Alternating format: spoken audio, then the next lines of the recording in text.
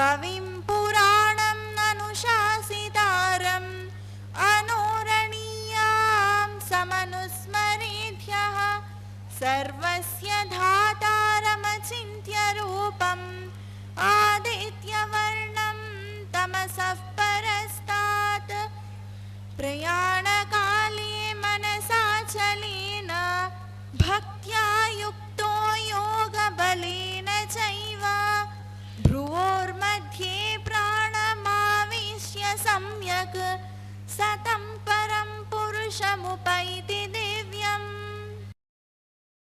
సర్వజ్ఞుడను సనాతనుడను అందరినీ శాసించేవాడును సమస్త ప్రాణులను పోషించేవాడును అజ్ఞానాంధకారమును పారద్రోలువాడును అయిన పరమేశ్వరుని స్మరించు పరమభక్తుడు అంత్యకాలమునందైనను ఆ దివ్య రూపుడును పరమ పురుషుడును అయిన పరమాత్మనే చేరును. యం యం వాపి స్మరన్ భావం త్యజత్యంతే కలేవరం తం తమేవైతి కౌంతేయ సదా తద్భావ భావితః. మనుజుడు అవసాన దశయందు ఏ భావములను స్మరించుచు దేహత్యాగము చేయను అతడు మరుజన్మలో ఆయా స్వరూపాన్ని పొందుచున్నాడు. ఆ బ్రహ్మ భువనాలోకాః పునరావర్తినోర్జున మాముపీత్యతో కౌంతేయ పునర్జన్మ న విద్యతే. బ్రహ్మలోక పర్యంతము ఉన్న సమస్త లోకములను పునరావృత్తములే కావున నన్ను చేరిన వానికి పునర్జన్మ లేదు అని ఆ శ్రీకృష్ణ పరమాత్మ ఈ శ్లోకంలో వివరించడం జరిగింది. అహం క్రతురహం యజ్ఞః స్వధాహమహమౌషధం మంత్రోహమహమేవాజ్యం అహమగ్నిరహం హుతం.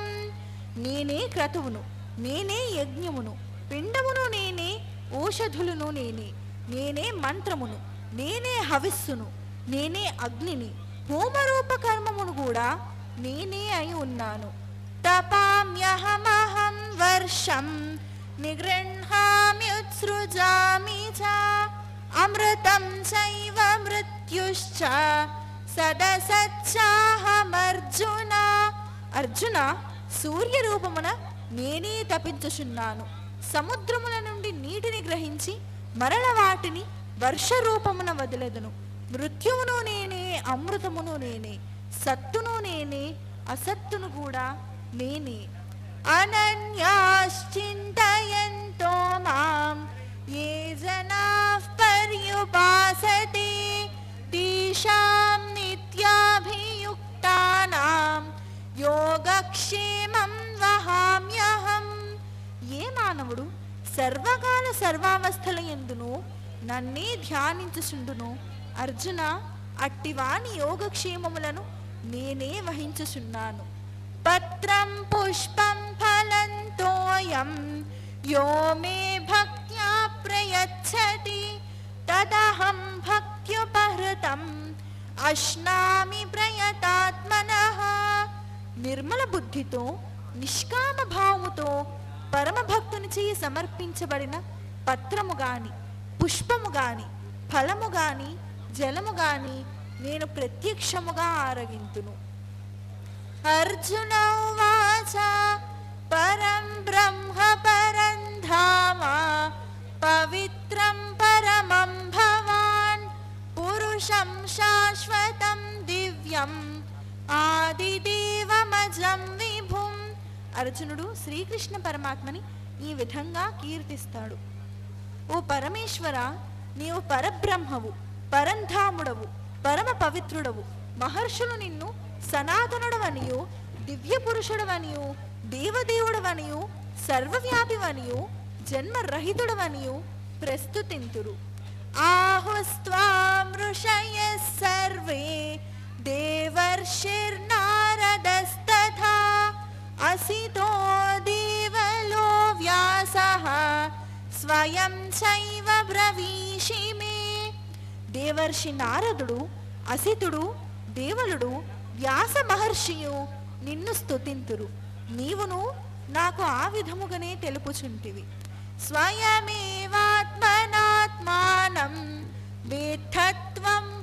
పురుషోత్తమా భూత భావన భూతేశ దేవదేవ జగత్పతి. ఓ జగదుత్పత్తి కారక, ఓ సర్వభూతీశ, ఓ దేవాదిదేవ, ఓ జగన్నాథ, ఓ పురుషోత్తమ, నీ తత్వమును నీవే ఎరుంగుదువు. వక్తుమర్హస్య శేషేన దివ్యాహ్యాత్మ విభూతయః యాభిర్విభూతిభిర్లోకాన్ ఇమాం స్త్వం వ్యాప్య తిష్టసి. సమస్త లోకముల యందును నీవు నీ దివ్య విభూతుల ద్వారా వ్యాపించి స్థితుడవై ఉన్నావు.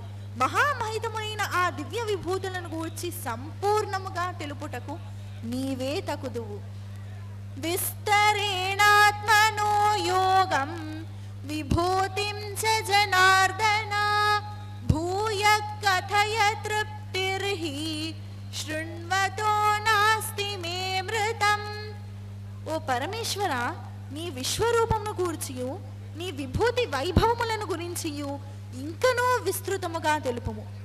ఏలనన నీ అమృతమయ వచనములను ఎంతగా విన్నను తనివి తీరకున్నది.